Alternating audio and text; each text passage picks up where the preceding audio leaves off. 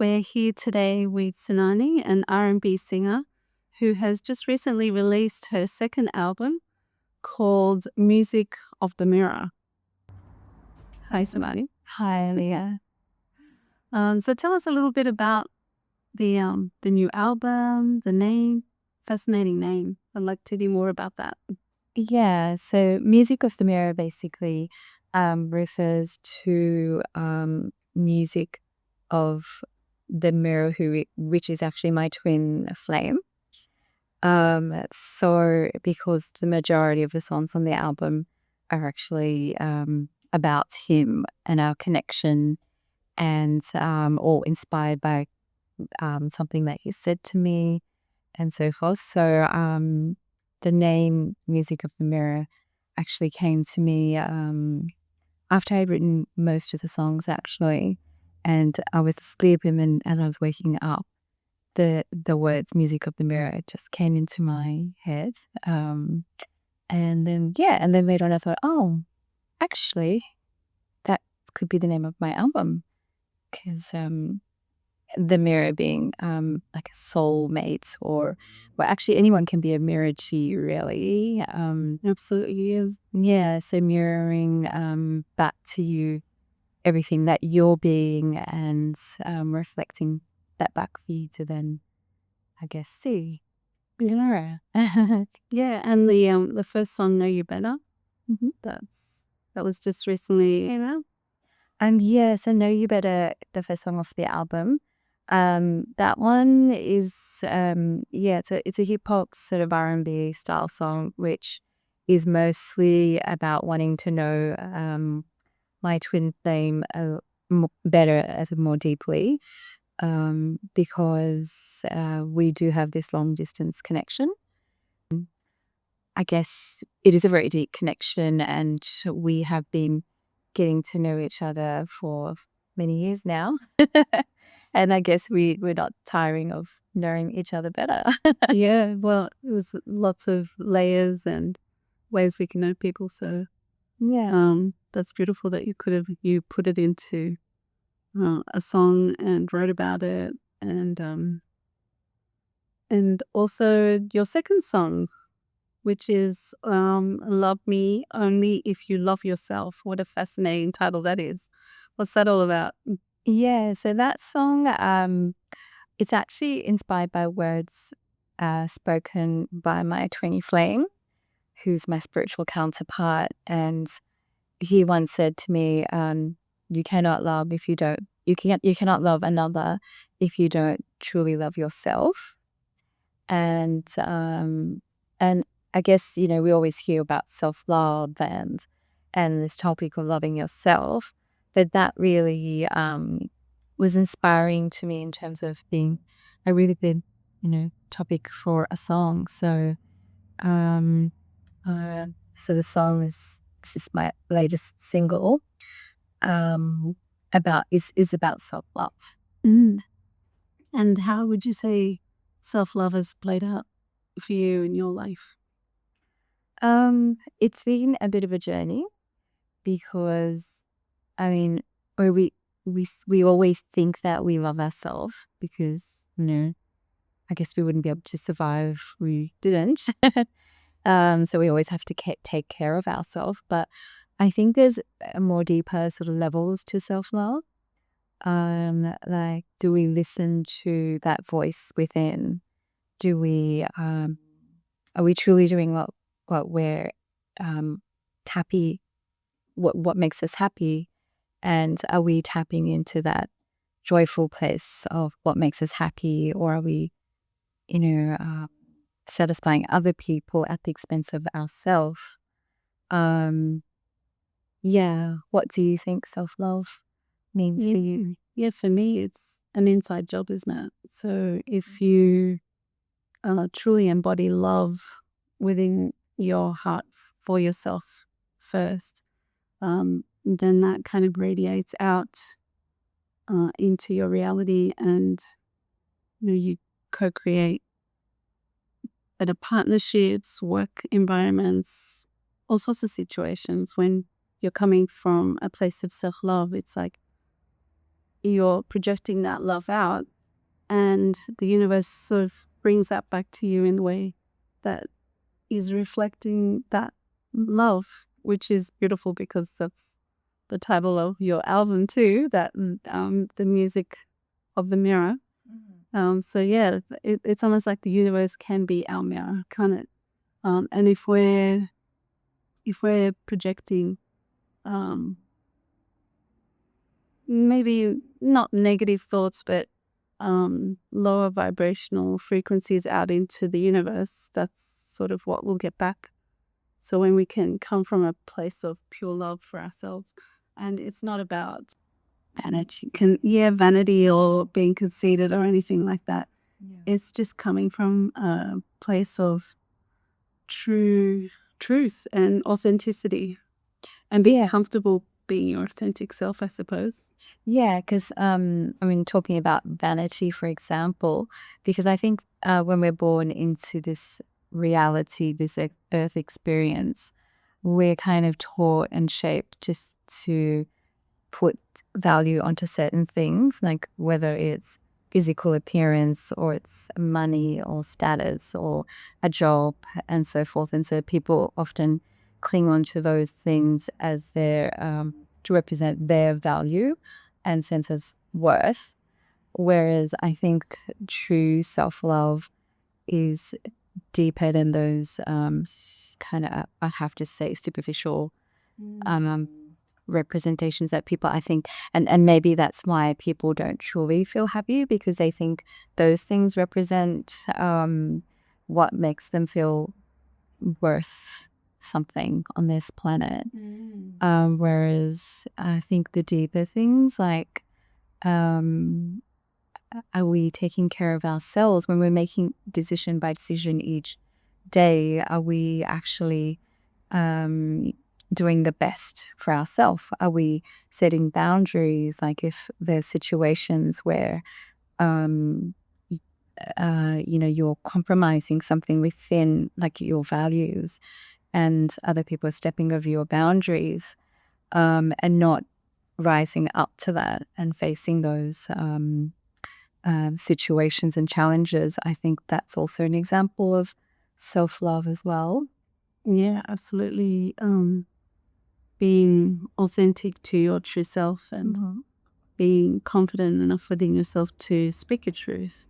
Yeah, and not be afraid that, someone won't accept you, love you if you don't speak it. Like not editing yourself in a way for the sake of someone else, and also going back to that superficial, the superficial love. A lot of people are looking for that external validation of, something else outside of themselves making themselves happy. And it's often kind of inverted in a way. We're programmed to believe that That's true. everything everything from the outside is what will make us happy or bring us joy or peace or whatever it is. But often if we don't have that within ourselves, it doesn't matter how high or low you look. Really, it's simple. It's just coming back to yourself and looking within for that to be able to to find that true peace and happiness. Yeah. What do you think? Yeah, I think so. And it's interesting because I think many of us can go our whole lifetime without really deeply knowing the self even, and knowing what truly who you are and what this reality is really about. Like we're in this construct of this reality being presented in a way that I think they have called it the matrix, for example, where it's you're locked into this reality and you think things are a certain way. But if you can step outside that matrix and see the reality for what it is, and what really is the deeper truth about yourself.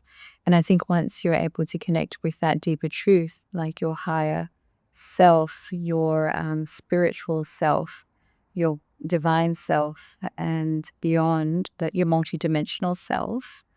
I think that's the key to one, happiness, like in this reality. But also it's a major part of that love for self, because what are you loving if you're not knowing what you really are? Yes, as you said, the authentic self. Mm.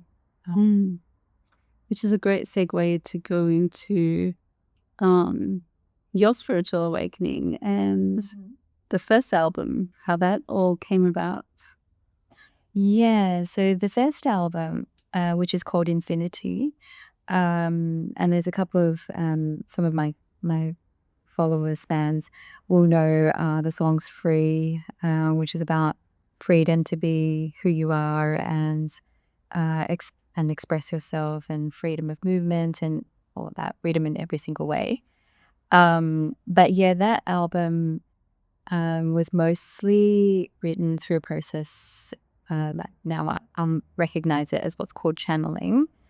So I had this spiritual awakening at many, many years ago. And during that awakening, which happened in Sri Lanka, actually. Oh, wow. Yeah. So during it was just like a treatment, which included a massage and body wrap and, one of those ones that you do in a resort. But during that treatment, the lady who was doing the massage, she came up to my forehead and then she just put her hand there, and then this bright white light, actually with golden sparkles, came into my inner vision. I had my eyes closed, but I was still aware of everything happening around me. And yeah, and then there was this divine energy, which I could just see it as a smiling face, but not like a human face. But I knew it was smiling, but it was an energetic form. Yes. And then we were connecting, and then the words higher, oh, that's higher energy, came into my head. And yeah, and later on I realized that was what's called a third eye opening. And then I started to, basically after that, everything changed. I had to be living my truth. A relationship that I was in broke down at that time.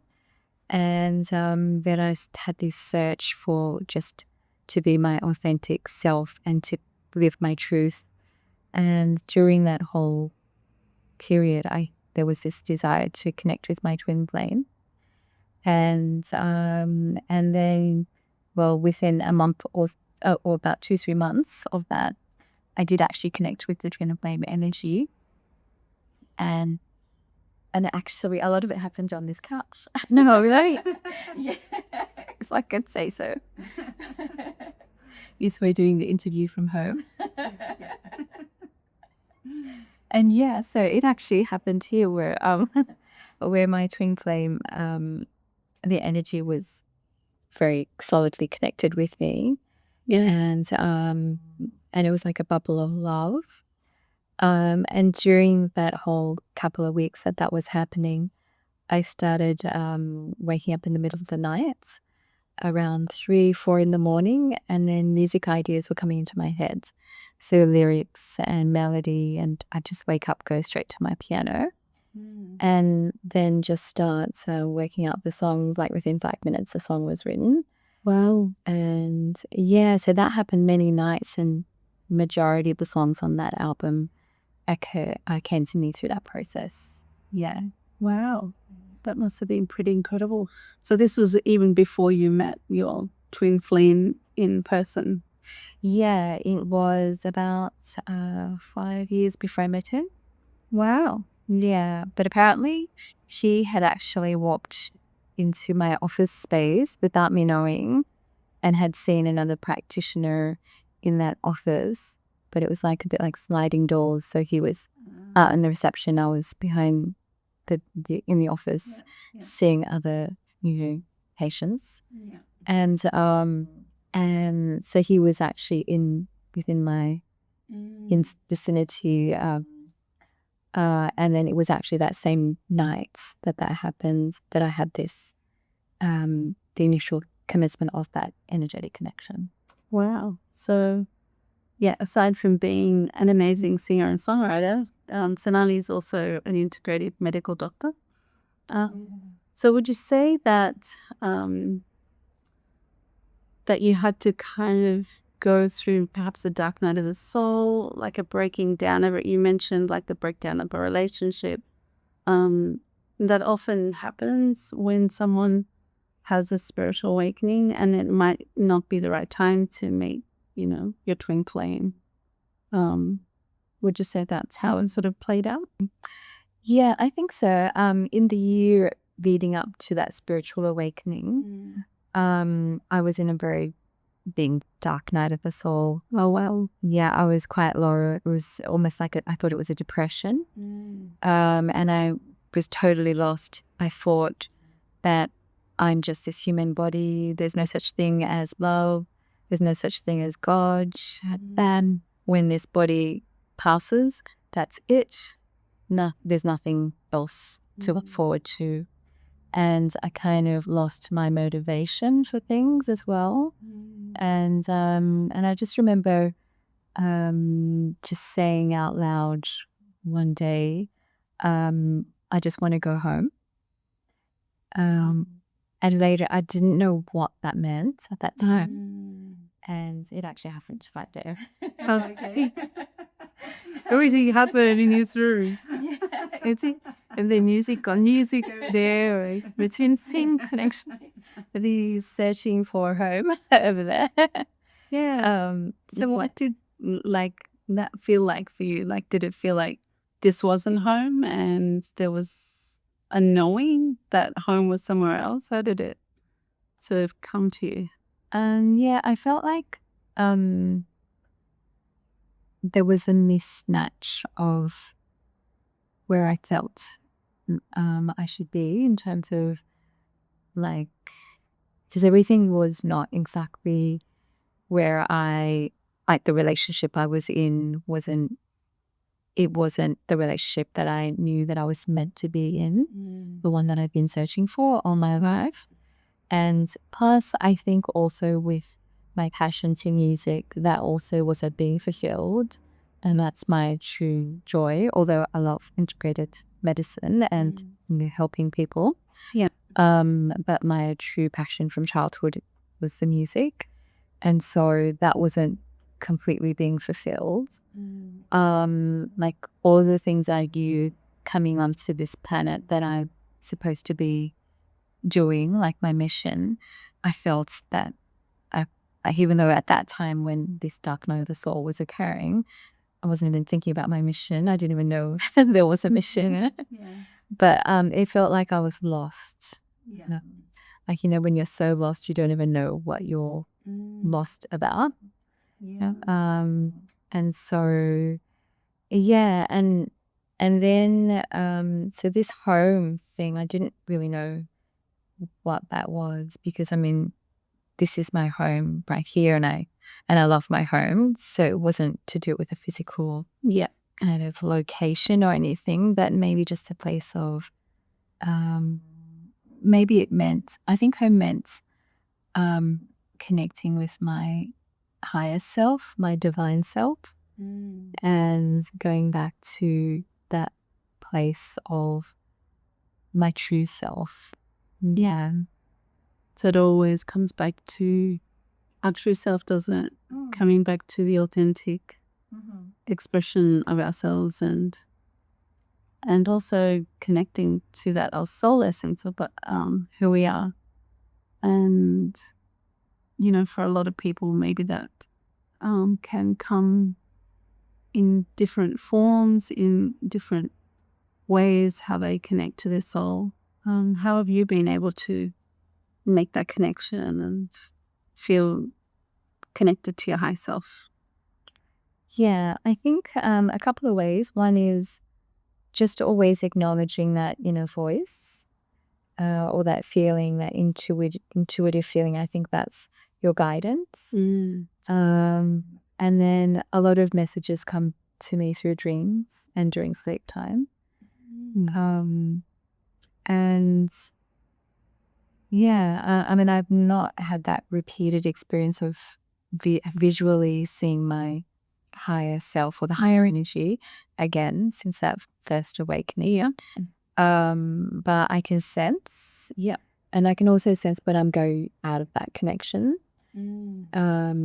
And especially, when life kind of snowballs and you just get absorbed in all of the day-to-day, issues and challenges and so forth. But I think if you keep that wider awareness and the the higher perspective, the larger, the wider perspective on things, then you can always be acknowledging and connecting with that higher, your higher self, your high energy, your true self, because we've got this personality self, which is our ego self, which wants to run the show all the time. And it's very useful, like in terms of getting things done on this planet, on this earth reality. But then sometimes it can become overly sensitive or reactive, or it can be wounded and from childhood stuff or even just adult stuff. And then, but when we can step outside of that ego personality self and come back to that higher true self, I think situations also change and how we react to situations and deal with situations. Yeah. And how did the second album come about? You mentioned that was that also channeled? Yeah, a lot of the actual musical part was channeled. Initially, well, actually, interestingly, there was a big gap between finishing off the last album and then commencing this one. I didn't actually even think I had another album in me, because I was just so absorbed in life and work, and I was in Byron Bay, working up there. And then, but Byron Bay is a very, spiritual, musical sort of town, and there's a lot of creative people up there. And so, I remember seeing different, because a lot of people would just play on the streets or in front of the beach or these markets, and I saw a lot of that, and I was also myself playing on the street, and I had a band up there, and and playing in the markets as well, and cafes and different things. But I remember actually just walking around town one day, and then near the beach, and then seeing this band. They were like a neo soul band playing, and it was all to do with ascension. They were talking about ascension, but this really amazing music. And then I listened to it, from the side, and then I thought, oh wow, that's really inspiring.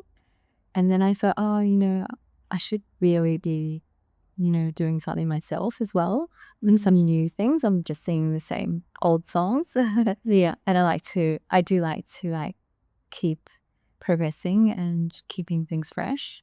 So then I remember just walking on the beach one day after that, and then just the first song came to me as I was walking on the sand in Byron Bay. And then it was In the Flow, the song called In the Flow. Okay. And so that was the commencement of the writing process. And then suddenly after that, after the first one, I just kept getting ideas and kept putting it down onto like my little recording device. And then I was coming back and forth from Byron Bay to Sydney. And in Sydney here, I've got a music room with a keyboard. And then I thought, you know what? Last album, I had all these musicians, play all the parts. But really, I like them to kind of make the song sound a certain way. And so I'll just work out all of the parts for them as a template. So I just started to like work on the drum parts on my keyboard synthesizer and program the bass and then use guitar plugins and then all of the different synth sounds. And then I remember when I was writing the different songs, um, it was like because my piano musicianship isn't like extremely good. It's okay, but I was doing all these chords and different rhythms and it just all flowed. I think that was channeling because I didn't think what I was going to be doing from one bit to the next. It just all flowed. Yeah. Yeah. So is that where that song came from? The flow? Through the flow process? Or did the song come first and then the flow happen? The song came first because it's actually about my twin flame. Okay. It's about how we are in sync with each other. Yeah. So yeah, that song, it's kind of jazzy neo soul style.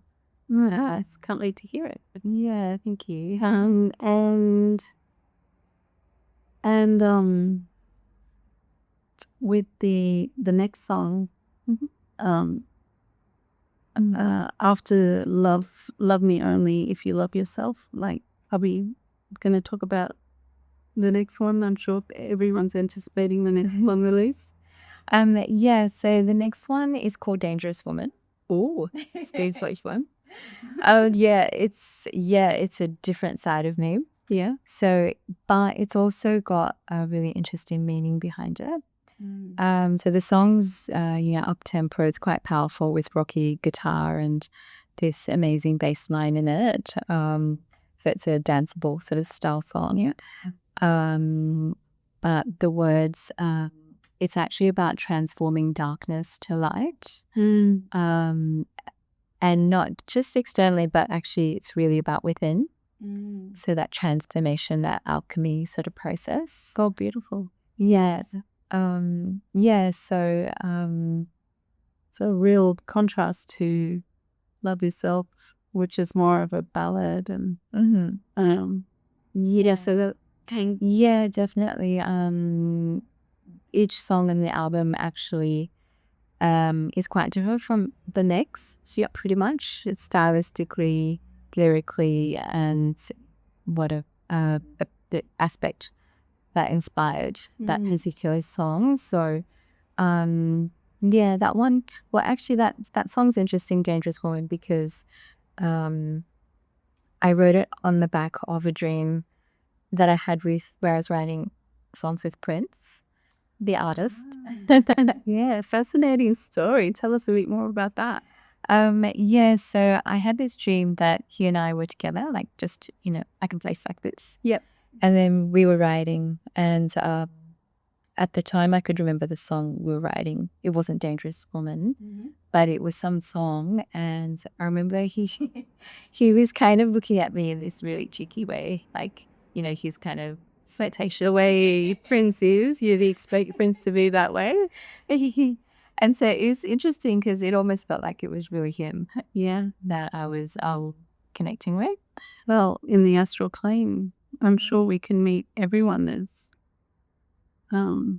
We have access to infinite possibilities, and the veil is completely lifted in the astral plane. So why not? Like, you could meet anyone you wanted in the astral plane. That's true. Because it's interesting because I never met him, but I guess we also do that before they pass over as well, isn't it? Yeah. But I seem to meet these, because even Michael Jackson came to me as well, but it was only after he passed. So I don't know but before that I never had dreams about him or Prince or anything. You have, say, guiding musicians like yourself from the other side and acting almost like guides. Yeah, and I guess like like anyone who's really in tune with maybe an aspect would just say musical and past they're open spiritually, they probably have got that connection, because I know that John Lennon actually said that. Oh, really? His music.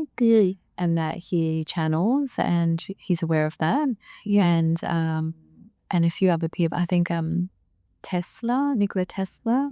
A lot of his inventions were through channeling.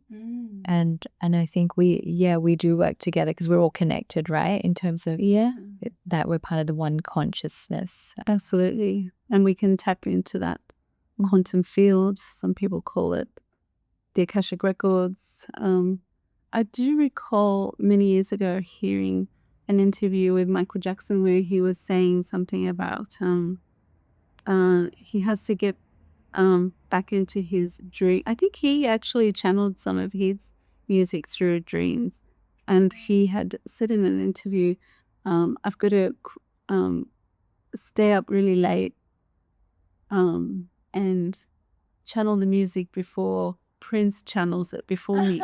Really? Something like, I recall something like that many years ago hearing it. I was thinking, okay, so they're tapping into the quantum field. Everything is out there. And it's just a question of connecting into it. That's interesting. Yeah. Because actually I noticed that that's, different people in different parts of the continent can have the same idea at the same Yeah. and it seems like the information or the whatever it is, like whichever end. The information is out there, and if one person doesn't run with it, someone else will pick it up because it needs to come into our consciousness or be brought into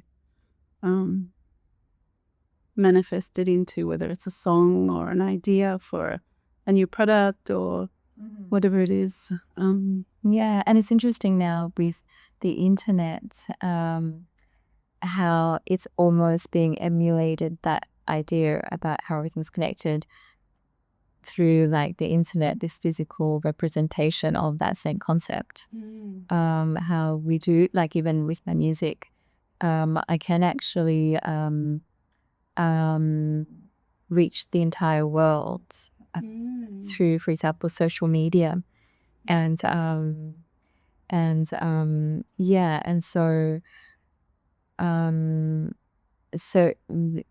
also it's interesting because it's through this process that we're going through at the moment, the shift of consciousness and ascension, we're all getting online in terms of connecting with each other, returning back to that unity, that oneness, and in a sense the internet and being able to connect with people all over the world is a bit of it's like a physical representation of that same thing that's happening on a higher energetic level. Yeah, absolutely. So is there anything more that you wanted to share about the new album? There's there's 16 songs in total. 16. Wow, you've been busy. So it's all going to be unfolded over the next. I'm going to be unfolding it single by single, because I feel that each song deserves its own kind of singing heard, and each song is quite different, and I feel worthy of being heard, like rather than just their whole album's released and then everything's over. No, kind of at least when you unfold a single by single, you have a bit more longevity in terms of the whole process of displaying your music. And honoring each song for what it is, and not being sort of lost in a sea of lots of songs. Each song is allowed to speak to people in its own time. Yeah, I think so. I think that's really important. Yeah. Man, wow, exciting. I'm sure everyone is really looking forward to listening to the rest of the album. The 2 songs are out now. And good luck with the rest of the album, like all the releases. Wishing you every success. I know that this is being really important to you, and all the songs have a deeper meaning Yeah, and people can find my music through social media or on my website, which is senani.com, or my social media, which is senanimusic. So facebook.com/senanimusic or instagram.com/senanimusic. And I've just only started on Twitter. Oh, sorry, not Twitter. TikTok, yeah, which I'm trying to get the hang of, but yeah. And YouTube, which is also Senani Music. Senani Music. Yeah. Awesome. So make sure you go and look up Senani Music on all of the social media platforms. She's out there now. And yeah, check out her music. It's fantastic. Well, thank you. Thank you so much, Leah, for this opportunity to talk with you. Yeah, awesome. And you can also check out our channel, The Multidimensional Soul, where we discuss many topics like this. You touched on a little bit earlier, the multidimensional nature of our soul and all things spiritual, esoteric, mystical. Check out our website too, The Multidimensional Soul. Thank you. Thank you.